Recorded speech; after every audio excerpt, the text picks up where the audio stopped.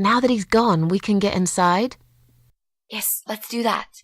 I'll close my eyes and you pick that lock, Mitzi. Okay, but no peeking. I'd never. You've really hurt my feelings now. Yeah. Now close them.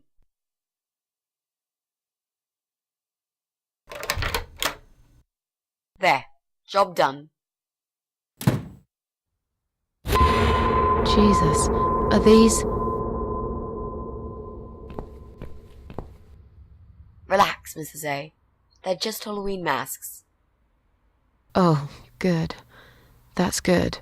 Because I swear, if I see another bloody head...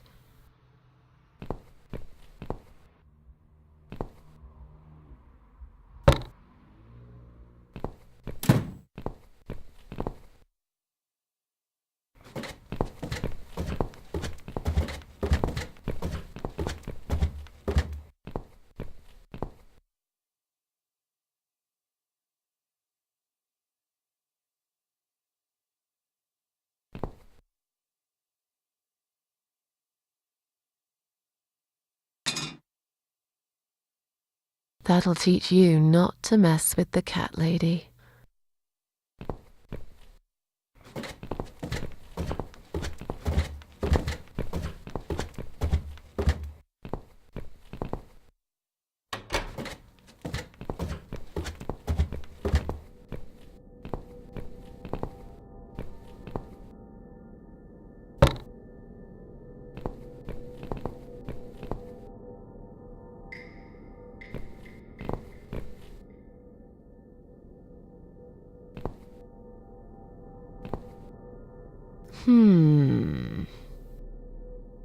I think I've got an idea. I know how I could pay Brian back for all that he's done to me and the cats. Brian. The guy from Flat 6, right? Yes, Brian, that nasty piece of shit. He deserves to be punished, you know, and this wedding dress will be perfect for this. You ever heard the legend of the cat widow? The cat widow? No, I can't say I have. Well, you're not from around here, but I'm sure Brian knows it. He grew up in this city, just like me. So, what's it about? It's an old story about a ghost cat who takes a human form to haunt her killer. Wow, that's pretty crazy, Mrs. A. Do you really think we can pull it off? Yes. Yes, of course. We just need to prepare. A good costume will do the job. This dress, we can alter it. We'll need some red paint too. Are you sure about that? I promise this will work. And it will give us a chance to check his computer. If he's got one. Okay, so what do we need? Well, basically, we need 3 things. Red paint. There's a tin here. We could use that. The dress will make a great costume. We just need it in black. Also, it should look damaged. That's important. Cat Widow is a ghost after all. I'll need some scissors for that. This mask I took from Jesse's flat will do the job nicely.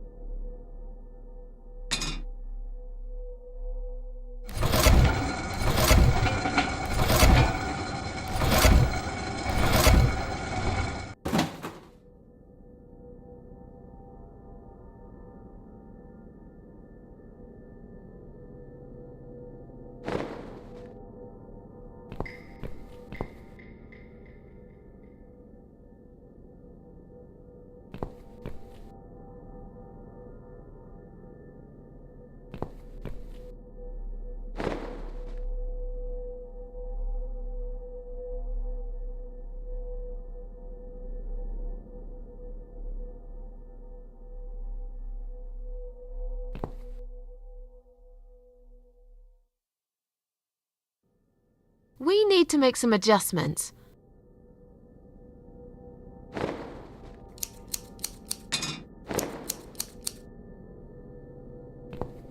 Now this is a dress worthy of the cat widow. Why don't you admit it was too small for you? Ha ha, bloody ha. Why don't you just shut up? Whoever wore this dress probably hadn't eaten in years. You'd struggle to get a skeleton into it. This is it. We've got all we need. Great! Are you going to tell me about the cat widow now? Yes, it's story time, Mitzi. The legend says there was once a bad man who hated cats. He hated his neighbors too, and his job. And when it rained, he'd curse and smash things. He hated his bald head and his weak, ugly body. He probably hated himself the most, although he would never admit it. I think I see where this is going. One day, out of pure hatred for the whole world and everything that lives, he captured a family of cats and drowned them all in the river. That day, the sun turned black and all the birds went silent as the 6 kittens struggled for life. But trapped in a strong canvas bag, they never had a chance. They all died that day. All but one. The mother cat, in a desperate fight to set herself free, by pure luck clawed her way out of the bag and swam to the shore. She lost everything that day, her beautiful children and her proud husband. Her heart crashed into pieces as she watched their limp dead bodies stolen by the current. Running after them, she followed them for days, for as long as she could. Then, eventually, she lost sight of them. She stayed on the bank of the river for a while. The world stopped turning for her, her eyes empty and blind. And then, one day, she slowly slid down the bank and into the cold, dark water. She gave in to it. She let the river take her away too, cover her mouth, her ears, her eyes. But as the water filled her lungs and she started slipping into darkness, there was another strange feeling that burst in her mind like a ball of flames. Anger, rage even. Her last craving, before she drowned, was for revenge, for blood. And so she returned, reborn and changed, a cat widow, veiled in black, mistress of the cats. Her body of a young woman, but her eyes of a cat, and her face, white, rotten, face of a corpse. Those who saw it rarely lived to tell the tale. She would get her revenge on all cat killers and cat torturers. But there was someone she had to see first, someone special, someone she really hated the most.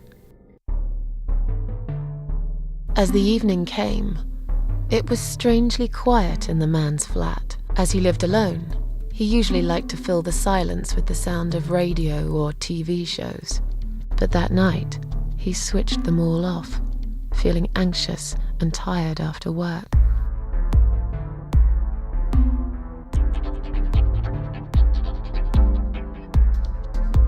He tried to sleep, but couldn't. And for once, there wasn't anyone there he could blame for it. As he stared through the window, he kept thinking about how much he hated that view. He liked it once, a long time ago, when his wife was still there and they were happy together. Suddenly, he heard knocking on the door.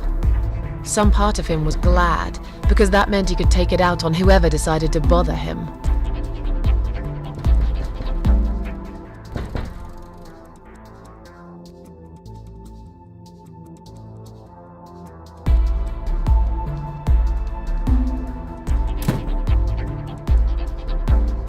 was nobody there. He almost felt disappointed, but before he turned to walk away, he suddenly noticed something down the hall.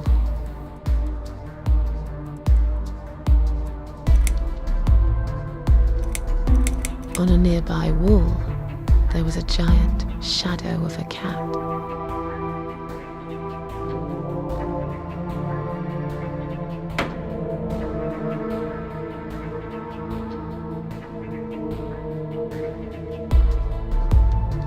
He stopped again. He couldn't believe his eyes.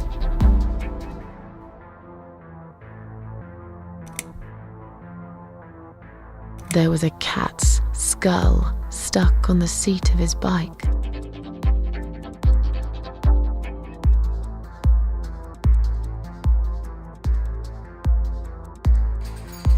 He had a passion for trains.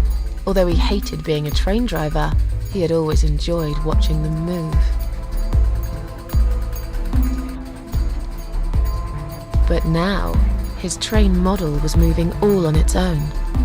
He was absolutely certain he'd left it switched off. And yet, there it was, running at crazy speed, remote control missing. Something was seriously wrong, and that something had entered his home now too.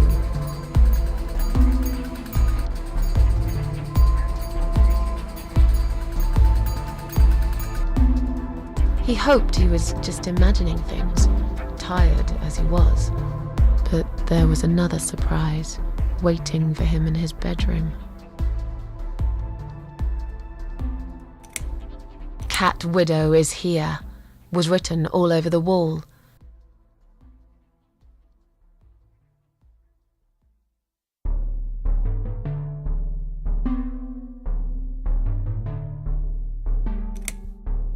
As in a dream, he went to the kitchen to get a drink.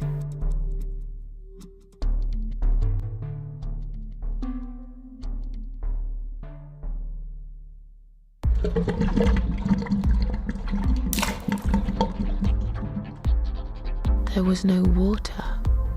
He knew there were valves in the basement that turned it off, but no one's been down there for years. He felt sick. None of this made any sense. And yet, deep down, he knew what he did to the cats was wrong. There was a part of him that almost wanted to be punished. The part he tried so hard to hide. He thought he'd heard something in the corridor. Was there someone there with him?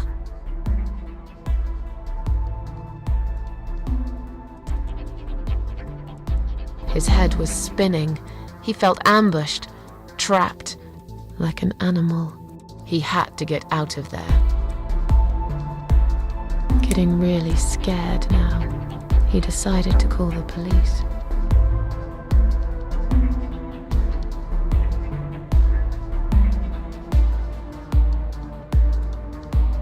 His phone was of no use. The SIM card had been removed, and that wasn't even the worst part. There was a photo of a black cat set as screensaver. He remembered this cat. He'd watched that strange pest control man put it in a cage and into his van. He'd looked at it through the window for a while, then pulled the curtains and went to bed.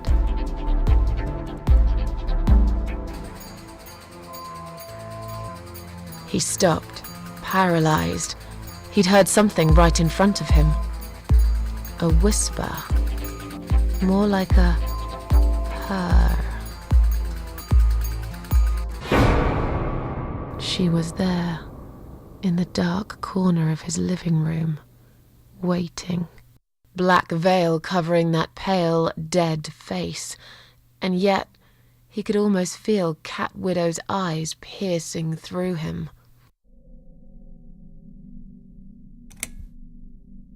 She came closer, like a ghost, and swiftly removed the veil.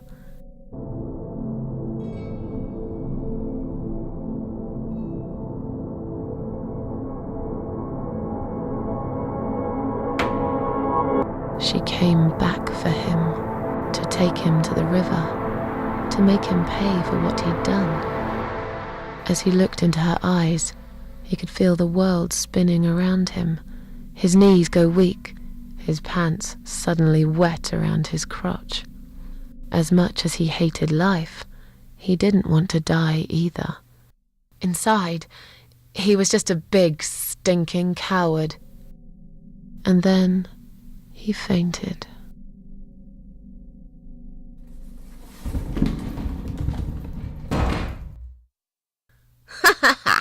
Did you see his face? I knew he'd fall for this. Yeah, we scared the living shit out of him. Now that's teamwork. Are you sure he won't know it was you, though? Oh, he probably will, once he's had time to think about what happened. But he's too proud to ever admit he's been beaten by a woman. I know him just about enough to know that. Let's hope so. I don't want you to get in trouble because of me. No. That was something I had to do for myself. And I feel much better for it. The only problem now is that we still haven't found Eye of Adam. Because it definitely isn't Brian. I've searched through his laptop and all I found was a load of porn. Let's cross him off the list.